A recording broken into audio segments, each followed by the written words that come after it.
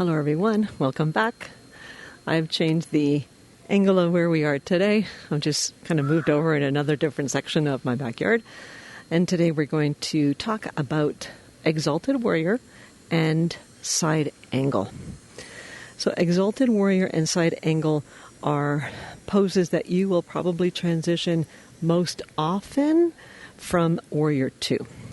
So you'll start in warrior 2 and transition into exalted and side angle, most likely, most often from warrior 2. So if you're unfamiliar with what you should be doing in warrior 2, have a look at the video that we did on explaining all the things that that you should be mindful in warrior 2. So in your warrior 2, remember, your hips are open and the chest is facing the side. Think of exalted warrior and side angle as poses to get into the side of your body. So think of them as side bends. So when you get into your exalted and side angles, what tends to happen is we use our legs to help us get into a bigger side bend. So I would like you to try to avoid doing that. Once you've established your legs, you want to keep all of those active legs going while we work on our side bending. So in our exalted warrior, you work more the side body that's facing the front of your mat. And in side angle, you work the side of your body that's facing more to the back of your mat. So it's not always left and right.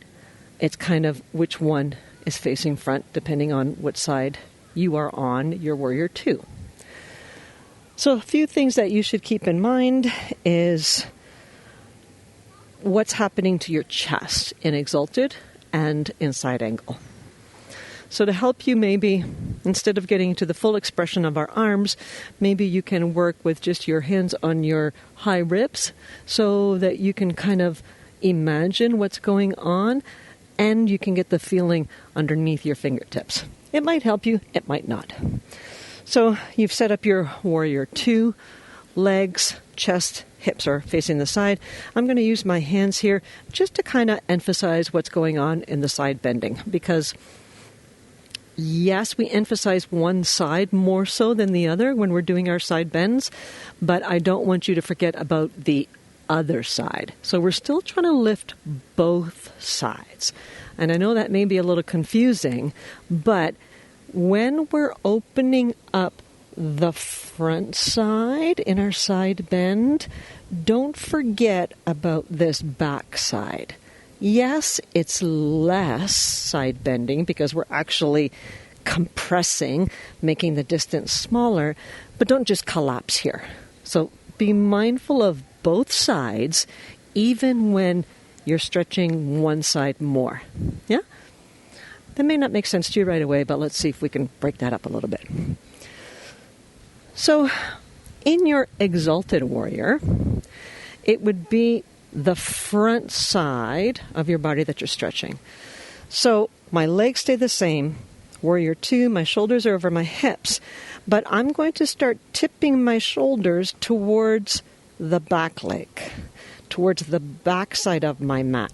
So right now I'm stretching left side of my body. And I can even feel, yes, I'm compressing the right side, but don't just compress it. See if you can still lift. Obviously, left side is more than right, but still see if you can do both. Not at the compromise of leg. I want to still keep my warrior 2 leg. So I would be taking the side bend with the torso only, not my legs. Yeah. So I could practice a couple of that a couple of those with my hands on my ribs. Or if I already have that idea and I don't need that actual feeling, I can go with my arms. So my arms would start in Warrior 2.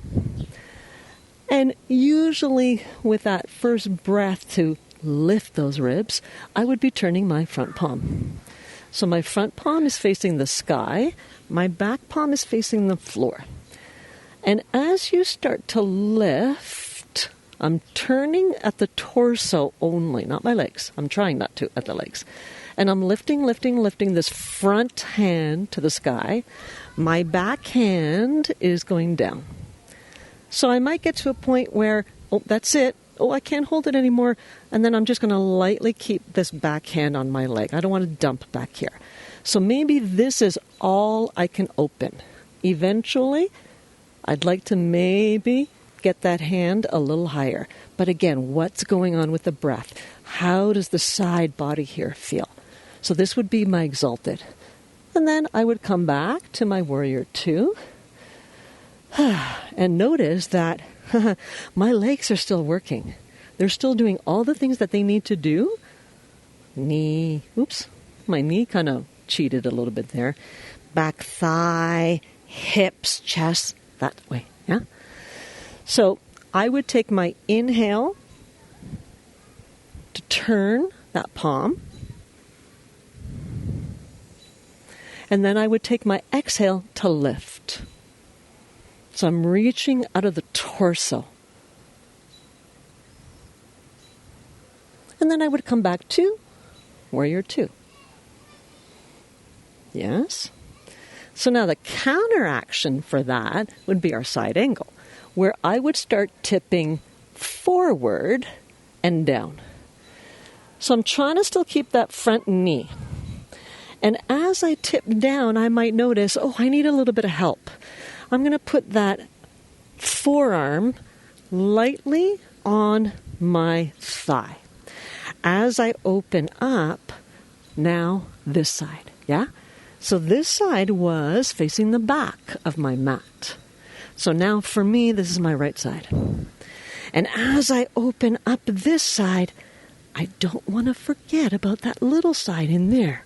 It's definitely not getting as much opening, but keep lifting. I might be able to take that arm up, maybe towards the sky. I'll start with aiming it towards the sky first, and then we'll progress a little bit later on. What I'd like you to avoid is dumping everything, all of your weight here. And you're going to notice that as you dump, your chest is going to start to turn and face the floor. And you don't want to necessarily face the floor. I want my chest open like in Warrior 2. So that means I don't want to dump. I want to get lighter here, lighter in this forearm. It's not easier, but that's what I want. I want open hips, open chest, light on this forearm, so that eventually maybe these fingers are going to touch the floor one day in my side angle. Right now, not close enough. I'm going to use my thigh. We're going to work on that progression a little bit later on. But side angle, chest open, hips open, on an angle with your head going towards the front of the mat. Yeah? And then I'm going to tip the torso only back into my Warrior 2, where I'd like to have my shoulders back over my hips as best as I can. So the transition, Warrior 2, exalted, Warrior 2, side angle, you will see that group together a lot. So let's just play around with that. So let's say I have my flow and I've gotten myself into Warrior 2. So I have all the things that I need to work on my Warrior 2. And there I am. So I'm going to just tilt up with the front hand towards the sky to exalt.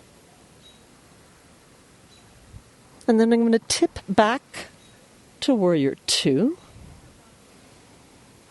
And then I'm going to tip forward into a very easy side angle.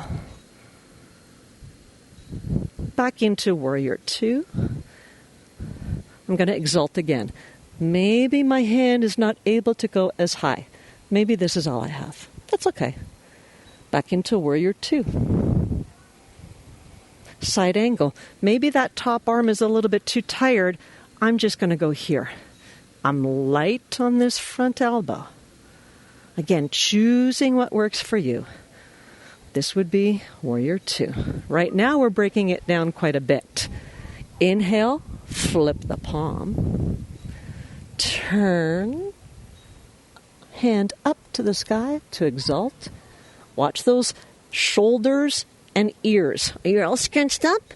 Or are they soft? Back to warrior 2. Side angle. And you'll be able to do this kind of with one breath.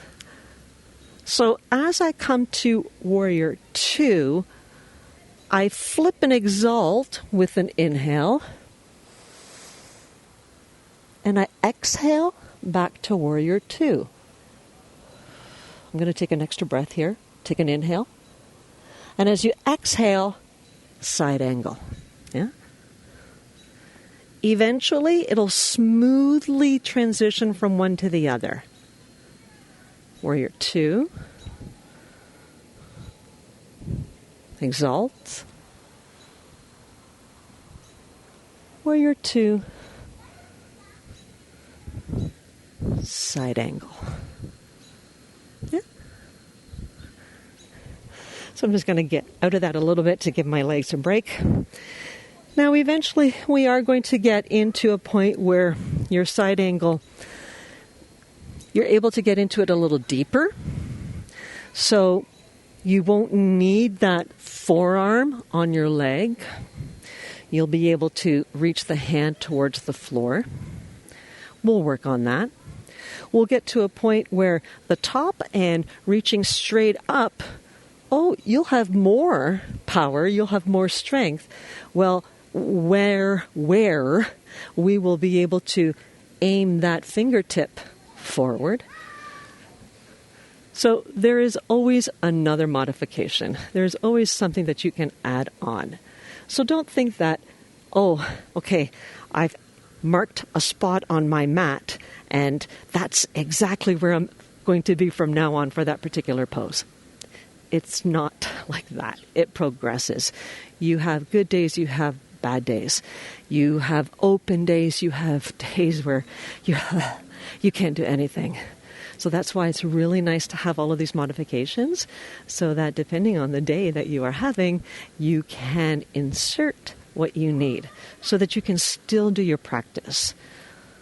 We don't want to use the excuse of not doing our practice because my one shoulder hurts. No, if my one shoulder hurts on that one particular day, I'm going to take the modification for that day that doesn't use that shoulder or uses it less. You decide how much you need. I can still do my other things, but I don't have to use that particular sore shoulder that day. So it's all about finding the modification that works for you and still continuing to move the body. That's the point, is to continuously keep moving our bodies. We need that movement. We know that movement is good for us, and I want to help you to keep moving. So that's all for today. We'll incorporate our exalted warrior and our side ankle into our flows, and I hope that you are continuously just doing what you can. Bye for now.